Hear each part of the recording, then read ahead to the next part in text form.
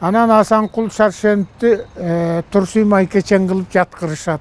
Асанкул акшыйып жатат, тили чубалжыган жерге өлүптүр көтөй деп эле тигеже чалкасынан кетет ошол жерден.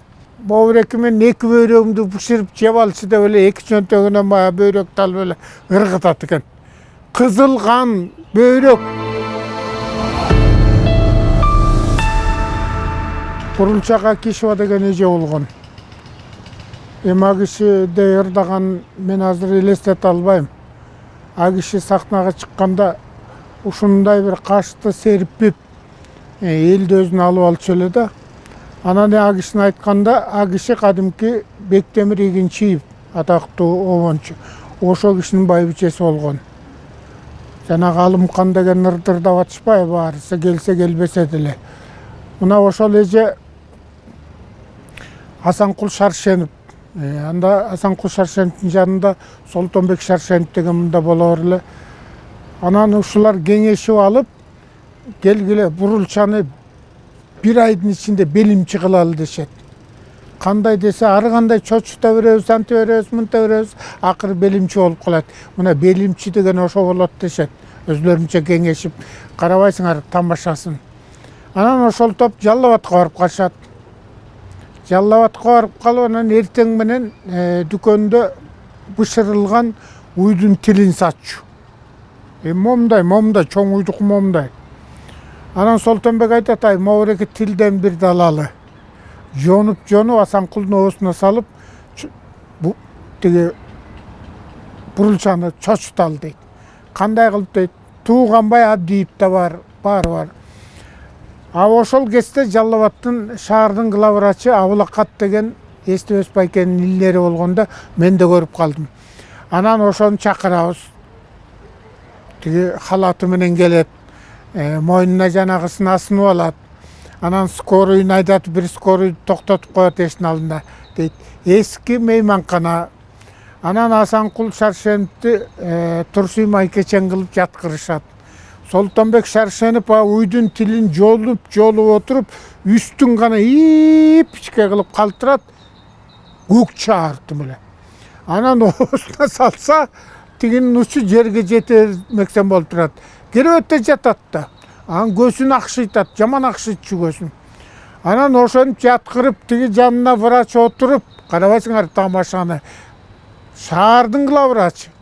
Анан төшүн тыңшап отургандан кийин Солтонбек Шаршенов Тууганбай Абдиев тиги кыздар бөлмөсүнө барат. Бурулча эже уктап аткан болот, кезде түштө уктап. Кирип барып эле бакырат. Сага уйку керекпи же бир тууган керекпи?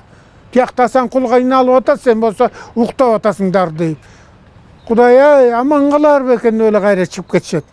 Дегенде эже чочуп, ич көйнөкчөн жаман тапчыкесин кийип эле чуркап жетет. Жетсе жанагындай көрүнүш, Асанкул акшыйып жатат, тили чубалжыган жерге өлүптүр көтөй деп эле тигеже чалкасынан кетет ошол жерден. Эже кеткенде да катуу кетет да, көгөрүп титирип жатып калат. Асанкулдун тамашасы тиякта калып, тияктан врачтарын чакырып, эжени жаткырып, укол сайып, анан замбилге салып эшикке көтөрүп чыгышат. Эже эсинен танып калат да. Эшикке чыгат. Асанкул Шаршенов жүрөгү түшкөн бойдон баягы Турсуй Майкечен оосунда чубалжыган баягысы менен жүрө бериптир да коркконунан. Анан тиги эмени эжени машинеге салып атсак, тиги филармониянын кыздары айтат дейт, агай оосуңузда бирдеме жүрөт чубалжып деп. Ошол оосунда тил менен жүргөн экенмин дейт. Ошентип аш жерден Бурулчак Акишеваны өлтүрүп ала жастаганбыз деп карабайсың тамашаны. Анан кийин барып кечке чейин укол сайып антипунктунан чыгарып келдик дейт. Чыгарып келип, өлүңдү көрөйүн, деги түрүүсүң деп коет дейт мени карап. Ой, мен түрүү, өзүңчү деп анан каткырып күлүп тамашаңар менен жерге киргиле деп. Карачы илгеркилердин тамашасы. Ушуга чейин тамашалашып, бири-биринин көгүлүн көтөрүп, бирок ичине кек сактабай. Азыркылар кичине туура эмес сөз айтып койсоң эле соттошуп жүрбөйбү? Анан бүгүн бир эжени эскерип алалы, анткени эскерип атканыбыз Мен азыркы турган үйүм ошо Бурулч эже менен кошуна жашап калдым. Чогуу иштешип да калдым. Ал киши айткан сөздөр тим эле ушул убакка чейин азыркы жаштарга айтам. Ошол аксакалдардын баары Каалы, Калымкул, Мураталы, Саякбай, Ыбырай, Карамолдо, Бектемир ушулар. Анан шакар самын болор эле дейт Байкуш эже. Анан бу аксакалдар келип дамбал көйнөгүн чечип, анан бир чапанын кийип, болгону ар биринде бирден эле дамбал көйнөк дейт. Анан тыштап алып өйдө барып анан ташка отуруп алып анан маяк курушуп отурушат дейт, комуш чертип. А мен ошонун баарын дамбал көйнөгүн жууп, анан ташка жаям дейт. Биттеп да кетишкен дейт. Анан кийин кайра келип анан бүктөп койсом анан келип кийинип алышат деп. Карачы ошо кишилердин менен иштеп батасын алган эжекебиз болгон. Эми запистери бар. Анан ошол эже айтат. Муну эми Асанкул Шаршенов айтат да, жумгалда жүрөбүз дейт, Көлмө деген жайлоо бар экен, манчылардын тоюна чакырып, эми тим эле укмуш дейт, кызыл тасыл дейт, тим эле тай минип жүрүшөт дейт, оюн бир тайды союп иштаган казанда жаңы бышып атат дейт. Бурулч эже жетери менен, тияка жетери менен давлениясы көтөрүлүп, ак өргөдө жатат дейт, төрүндө баса албай. Кой мен ушул жерде жатып турайын, анан убагым келгенде ырдап берейин, ары бери бассам демим кыстыгып атат деп. Анан баары эстебес баш болуп тиги балык кармап атышат дейт, тиги ат минип атышат дейт, ушундай. Анан Асанкул Шаршенов айтыптыр, мен азыр Бурулчаны чочутам дагы деп. Ой койсоңчу, өлтүрүп аласың, бул жайлоо десе, жок, жана райондун врачтары жүрбөйбү, сактап калат деп. Эми карабайсыңарбы? Анан барып козу союп аткан экен, ошого балага айтыптыр, балам, алдыгы эки бөйрөгүн чыгарып берчи мага дептир. Анан коз союп аткан жигит шапа-шупа чыгарып, майынан ажыратып берсе, тетиги канга оонатып бер дейт экен. Канга оонатып, анан эки колуна мыкчып Шаршенов, шымынын чөнтөгүнө салып, эки бөйрөктү.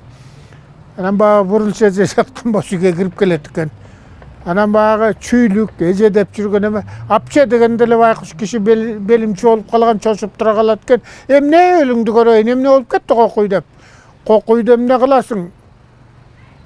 Бир тууганына бөйрөк берет дегенди укчу элем. Бобуреки мен эки бөйрөгүмдү бышырып жеп алчы деп эле эки чөнтөгүнөн баягы бөйрөктү алып эле ыргытат экен. Кызыл кан бөйрөк. Бурулч эже жайлоону жаңыртып чаңырат экен. Ким бар? Кокуй Асанкул бөйрөгүн жулуп ыргытты, Кокуй бөйрөгүн чыгарып уштады, өлгөн атат деп. Тиякта жүргөндүн баары чочуп, баары жүрөгү түшүп, райком баш болуп бүт чуркап кетишет экен. Асанкул жатат дейт, эки колу көтөрүлгөн, кыпкызыл кан дейт. Бурулч эже титиреп тиги жерде отурат дейт төшөгүндө. Алдында эки бөйрөк жатат дейт. Кирип келип туруп калышат да жүрөктөр түшүп. Бул эмне болду десе, мына бөйрөгүн жулуп ыргытып мага бышырып же деп ыргытты, карачы деп. Анан врачтар өзлөрүнүн жүрөгү чыгып кетет экен. Анан шапа-шупа чечиндирип ийсе денеси таза дейт. Анан барып анан ойгонушуп, ой жайлоо тим эле жаңырып күлкү дейт. А жерден эженин давлениясы дагы көтөрүлүп, дагы кол сайып. Анан эле ошол эже раматылык айтып калчу эле, өлүңдү көрөйүн, Асанкул менен эле Солтонбек мени ушинтип койду деп. Ким эмне айтса ошону айтып белимчи болуп калганда, анан ошолор айтчу, практика жүзүндө көрдүк, бул белимчи деген нерсени бир айдын ичинде жасап койсо болот экен деп.